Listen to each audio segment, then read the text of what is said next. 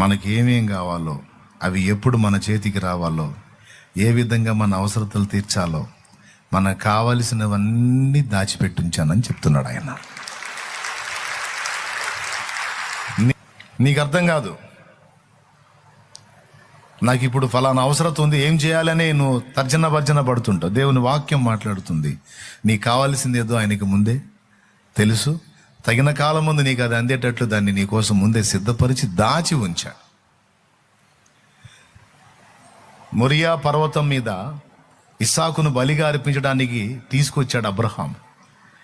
ఇస్సాకును బలి ఇస్తాడని దేవుడికి తెలుసు, ఇవ్వడానికి ఖచ్చితంగా 100% సిద్ధపడతాడు అబ్రహాం అని తెలుసు. అబ్రహాంకి అవసరమైనటువంటి ఆ పొట్టేళ్ళను ముందే సిద్ధపరిచి దాచి ఉంచాడు అక్కడ.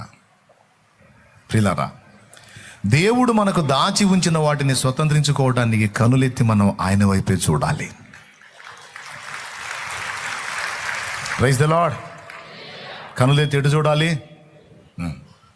అప్పుడు దాచిపెట్టింది నీకు అందుబాటులోకి వచ్చింది.